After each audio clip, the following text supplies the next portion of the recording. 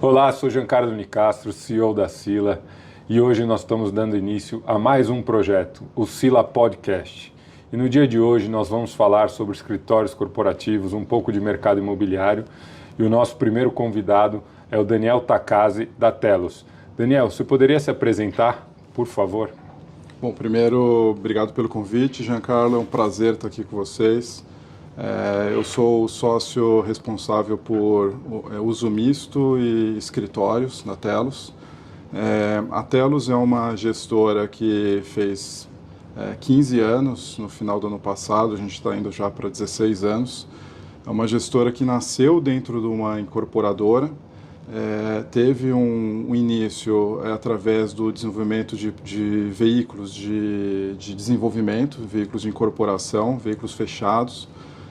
Hoje a gente está indo para o 7º veículo desses veículos fechados. A gente tem, além dos veículos fechados, os 2 veículos listados, que somos gestores do TRBL11, que é o antigo SDIL, e do TEP11, um veículo de renda de logística e o outro veículo renda de escritórios.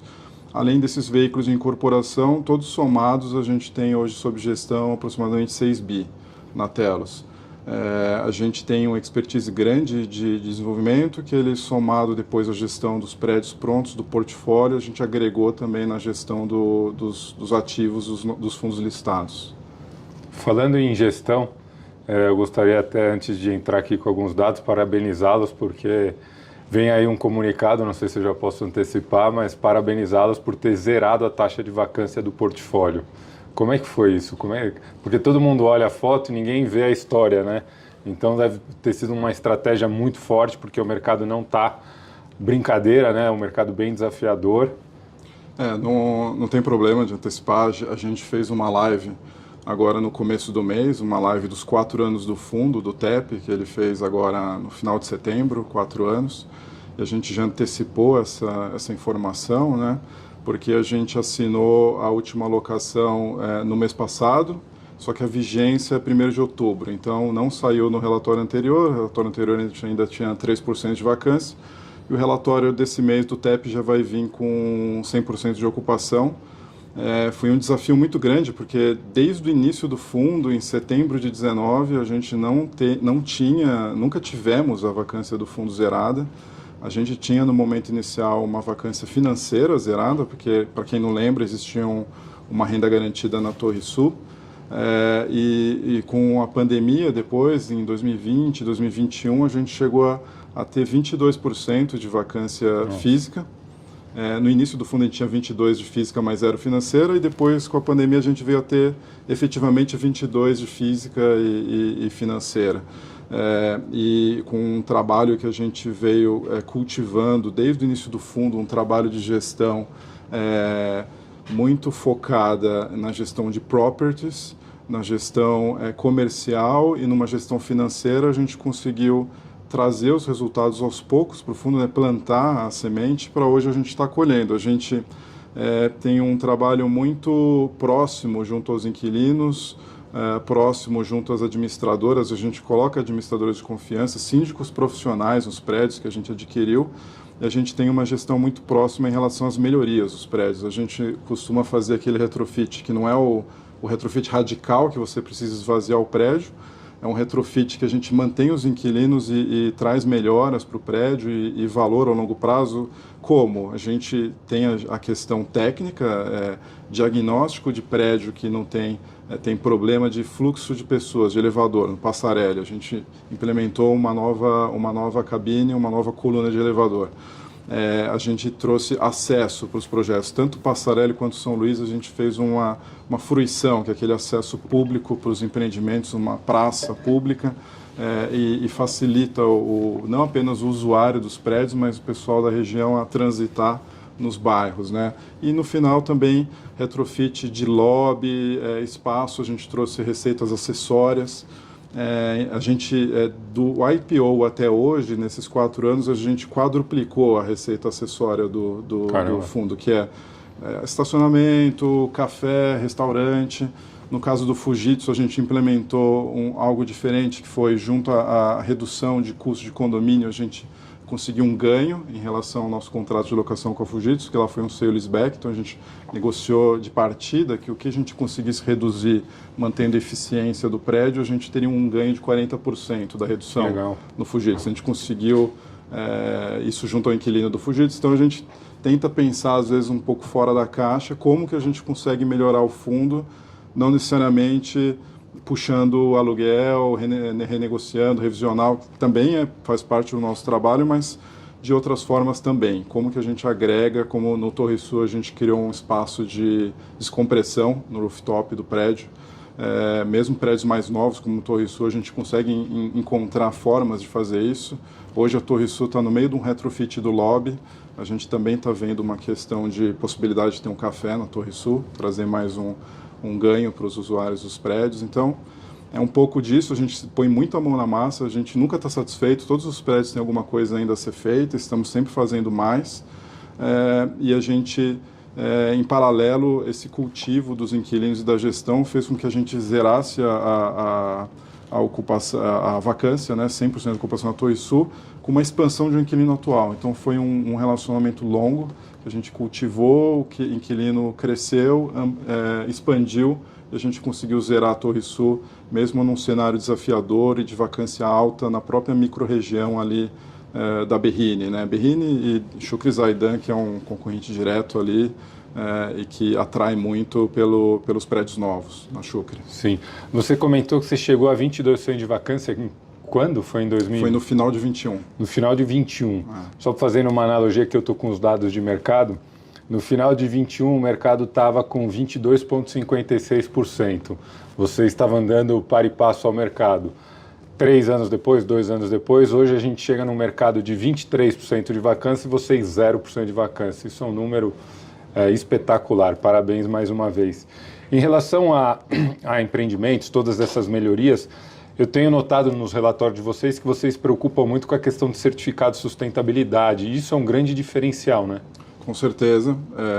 A gente já, desde o IPO do fundo, a gente certificou todos os prédios. O último é o Fujitsu. A gente deve concluir a certificação dele até o final do ano agora. Então a gente vai ter 100% do portfólio certificado pelo USGBC, um selo LEED, selo verde, e todos os projetos em desenvolvimento nesses veículos fechados que eu comentei, todos são certificados, sem exceção. E a gente está levando também essa bandeira para o residencial. Os residenciais, os nossos últimos veículos já vão sair certificados também, que a gente está indo para o outro selo, que é o EDGE, que é um selo do IFC, mas também é um selo verde. Falando em desenvolvimento, a gente continua um mercado desafiador.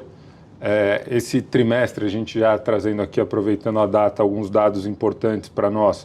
É o primeiro trimestre do ano que a gente tem absorção líquida positiva, ou seja, o primeiro semestre foram 2 quedas, vamos dizer assim, o primeiro menos 30 mil, mais ou menos, o segundo menos 14 mil, e agora a gente chega num terceiro trimestre com 81 mil de líquida positiva. É muito importante, é um passo significante para o mercado.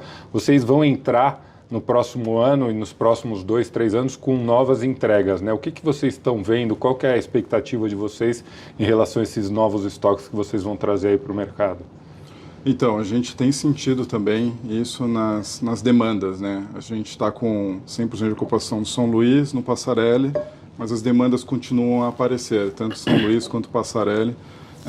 Nesses veículos fechados, a gente tem um prédio pronto, que é o Pinheiros One, que é ali no distrito ali do Butantã, ali junto à Ponte Eusébio Matoso, ali, né?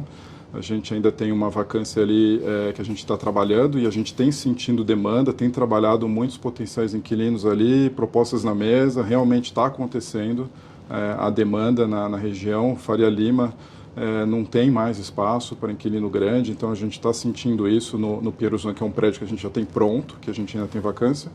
A gente tem o JK Square, que é um complexo de uso misto, com uma torre de 31 mil metros ali na Joaquim Floriano, com a Ibiaté e com a Tenente Negrão, que ali o acesso é pelo começo ali da JK.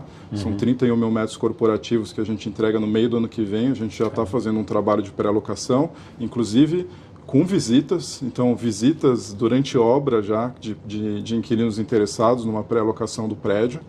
A gente tem para o ano que vem, 2024, a gente tem o River South, que é um prédio, aliás, para o ano que vem é o JK Square, no meio do ano que vem. A gente tem para 2025 o River South no final do ano, que é mais um prédio ali no Butantã, de 20 mil metros. E a gente tem para 2026 um projeto na Alameda Santos, um prédio corporativo de 12 mil metros, numa torre de uso misto também, com uma porção residencial. Então, a gente tem todos os projetos em regiões muito bem localizadas, com uma demanda interessante, projetos novos, AAA, certificados, e que a gente tem sentido uma demanda cada vez maior. A gente até estava conversando que para os projetos ficarem prontos nesse timing, a gente começou bastante antes, bem antes. Né? Não dá para você entregar um prédio corporativo sem um timing de 3, 4 ou até 5 anos, dependendo do tamanho do projeto. Então a gente entendeu que o momento do mercado seria em algum momento favorável e a gente começou a tocar esses novos projetos corporativos. Vocês têm desculpa te cortar, mas vocês têm uma visão bem a longo prazo e bem assertiva, porque se a gente voltar 5 anos atrás, a gente estava lá em 2018, ainda com o mercado um pouco complicado, aí veio 2019, a gente reduziu bastante a taxa de vacância, ia ser o melhor momento, veio a pandemia, levou tudo lá para cima e vocês continuaram. Muita gente segurou, freou, e o que a gente vê nas projeções é que vem cada vez mais diminuindo o novo estoque, ou seja, se a demanda está voltando, vocês vão chegar ali para oferecer no momento certo, né? Dependendo Ano que vem é um momento bem interessante para o JK Square. A gente acredita que ele vai chegar no mercado numa posição bem interessante no ano que vem. E quando a gente fala em pré-locação, mostra a força da região, né? É uma das coisas que a gente sempre fala, quem nos acompanha, inclusive faz o nosso curso do Academy, a gente fala muito de localização, e localização é isso, né? Um mercado onde a gente tem 23% de taxa de vacância, que é uma vacância alta, você ter regiões com pré-locações, significa que o mercado está, assim, de fato, aquecido para projeto bom e boa localização. Não, concordo. Só um adendo, isso é um bom exemplo para isso, um terreno na Rebouças que a gente comprou para desenvolvimento de uso misto e a gente acabou pré-alocando para um hospital. Então, realmente, até para uma outra tipologia de locação, num contrato atípico, mas também foi uma pré-alocação de um projeto que era para ser um projeto de uso misto. Ainda porque a gente tem ali uma porção do projeto residencial que a gente deve lançar agora, mas é um bom exemplo de que terrenos bem localizados, realmente você consegue trabalhar com mais facilidade uma pré-alocação. É interessante você tocar, porque a Telos não é só escritórios e não é só logística, tem essa questão hospitalar também, né? Se puder dividir um pouco, que é uma novidade. O último veículo é o 7º veículo da Telos, é um veículo de healthcare. A gente captou ele no final do ano passado, ele vai fazer 1 ano agora. A gente é um fundo de mais de 1 bi para investimento em healthcare. Ele pode ser investimento em sale-leaseback, investimento em build-to-suit. A gente tem um primeiro investimento já em andamento, que foi um prédio para retrofit na região de Higienópolis, com um inquilino com contrato atípico de 30 anos, que é a Oncoclínicas. Então, esse foi o primeiro investimento do veículo. A gente tem bastante coisa agora trabalhando em pipe, tanto operações de sale-leaseback quanto operações de build-to-suit, com grandes operadores hospitalares. Esse é o 7º. Aí a gente tem o 6º, que é um veículo de residencial médio-alto padrão, que a gente está desenvolvendo projetos com Cirela. A gente lançou um projeto em Moema, chama Aura, vendeu quase tudo, tá pouco estoque. O projeto foi uma performance sensacional. A gente está agora com um lançamento na própria Joaquim Floriano, J329, com a Banks, que também está indo super bem as pré-vendas. A gente tem projetos com a SDI e com esses outros 2 players hoje nesse veículo, e a gente está trabalhando novas parcerias, mas é um veículo de médio-alto padrão residencial, o 6º veículo. Aí a gente tem o 5º veículo, que é um veículo de logística, last mile. A gente tem tanto uma equipe focada em resi, quanto uma equipe focada em log, para tocar esses últimos veículos da Telos. E o 4º veículo para trás são veículos mais antigos. O 4º é o que tem o projeto de uso misto do hospital na Rebouças, e tem o projeto da Alameda Santos, que é um outro uso misto, escritório residencial. e do veículo 3 para trás são os mais antigos, o JK Square, o River South, que eu comentei no Butantã, que entrega em 25, também está nesse terceiro veículo. Então a gente tem uma grande leva de projetos um pouco mais antigos de uso misto, e os mais novos a gente tem projetos de logística, residencial e agora healthcare. Legal, o bom da gente fazer podcast é que não tem uma pauta travada, né? Você tocou num ponto que eu sou muito curioso e eu sou muito questionado e eu não tenho todas as respostas, graças a Deus a gente está sempre aprendendo. Mas a questão do last mile, eu sei que não está embaixo da sua responsabilidade, do seu guarda-chuva, mas você é sócio da empresa. Qual que é a estratégia? Porque ninguém, por exemplo, tem gente que fala que last mile é Cajamar, tem gente que fala que last mile são pequenos espaços dentro da cidade. Qual é a visão da Telos em relação a last mile? A nossa visão são projetos num raio de até 40 quilômetros de São Paulo. Isso é last mile? E aí a gente tem operações em fio, né, que seriam mais nas cidades, e um pouco mais distantes, mas muito próximos da capital. Então a gente tem visto algumas operações maiores, outras menores, porque quanto mais dentro da cidade, menores os terrenos, né? Então a gente acaba olhando algumas coisas dentro de São Paulo, mas também expande até 40. A gente acredita que é um bom raio, uma boa proximidade de São Paulo, porque você vai muito além, a competição é maior, os preços de locação não são tão altos, né? E o custo de obra é algo que é difícil de você controlar. Então, você não tem tanto ganho de margem num logística igual você tem num residencial de alto padrão, ou até num corporativo. O log, você tem que ter muito custo na mão, né? Os projetos, muitas vezes, os terrenos têm algum tipo de restrição ambiental, tem nascente, em Cajamar tem caverna, né? Tem questões de terraplenagem, né? De movimentação de terra. Então, é bem complicado, é bem complexo, não é fácil achar os terrenos certos, porque você tem que ter o platô, só a partir do platô que você consegue fazer uma ocupação boa dos galpões, né? Então é bem difícil achar o terreno certo no preço certo, né? Então a gente não vai muito distante, porque a gente sabe que você precisa ter controle dessas questões. Entendi. E para finalizar, para não estender muito, um comentário meu e uma pergunta, né? A gente que acompanha o mercado imobiliário e naturalmente a gente também acompanha o mercado de fundos imobiliários, a gente vê que tem muitos fundos que estão muito descontados ainda. Enfim, é uma questão mais macroeconômica, percepção, etc, etc. Mas a minha pergunta é, como é que está a captação para novos investimentos? A janela abriu de fato? Está abrindo? O que vocês estão sentindo nessa ótica de investimento? Ela depende do segmento, né? O segmento de escritório, ela está um pouco mais difícil do que segmento de shopping e log, mas a janela está chegando, tem gente na rua, tem gente trabalhando. A nossa cota está tradando entre 90 e 92, nosso patrimonial em 95. A gente está buscando chegar para poder ter a condição de sair com uma oferta.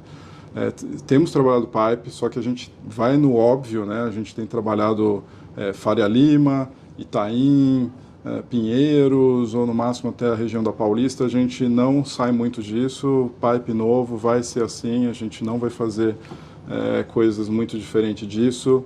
Um pipe estruturado que agregue valor ao portfólio existente. Temos boas oportunidades na mesa, que a gente tem trabalhado de pipe. A gente vai estar preparado. Assim que a gente tiver uma janela de oferta, a gente vai estar preparado com um bom pipe para ir para o mercado.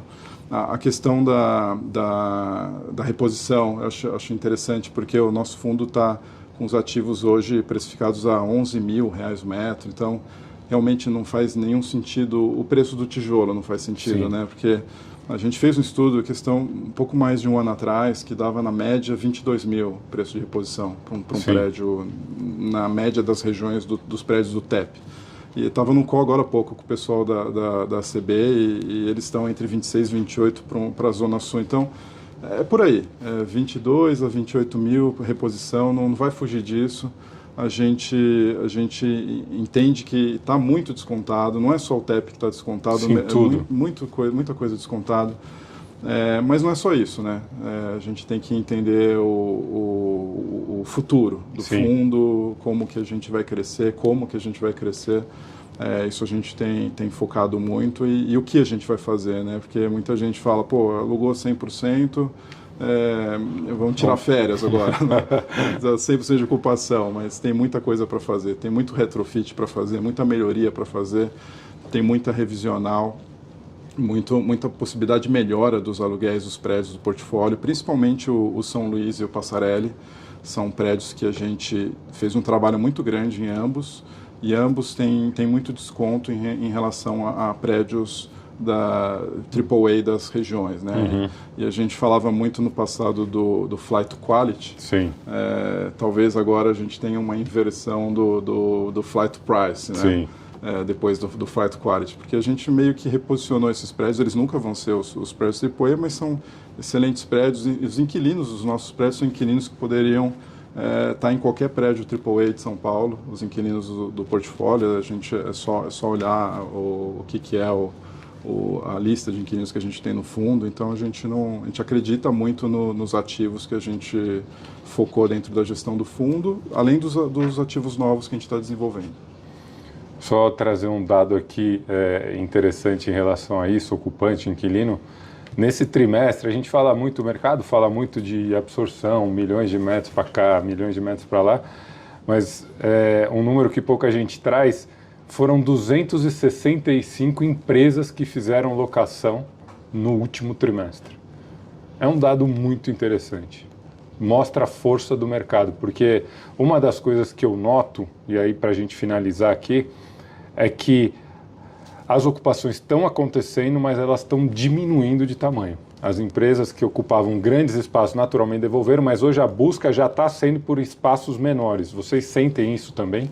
Nós sentimos e inclusive brokers pulverizados, brokers menores, têm trabalhado locais, têm trabalhado, e inclusive são os que mais têm performado nas últimas locações, principalmente no Passarelli, que a gente tinha áreas menores, 500 metros. É isso. Enfim, a gente realmente sentiu isso. Tem muita demanda qualificada de inquilinos para áreas menores. No próprio Pinheiros Vana, a gente tem um dos andares que a gente dividiu em 3, e a gente também está trabalhando uma possibilidade de ocupação menor, que é lá uma laje de 1.500, né? A gente acabou conseguindo dividir mais ou menos em um terço, não é exatamente, mas mais ou menos um terço, e a gente consegue trabalhar demandas menores. Acho que é uma realidade de mercado hoje. Legal, que legal. Eu particularmente eu fico só com a luneta, né, olhando tudo que vai acontecendo, mas é uma percepção que eu tenho e de fato concretizado aqui por um player que é proprietário, né, e faz a gestão de portfólio. Daniel, quer acrescentar alguma coisa? Quer falar um pouco da Telos antes da gente finalizar?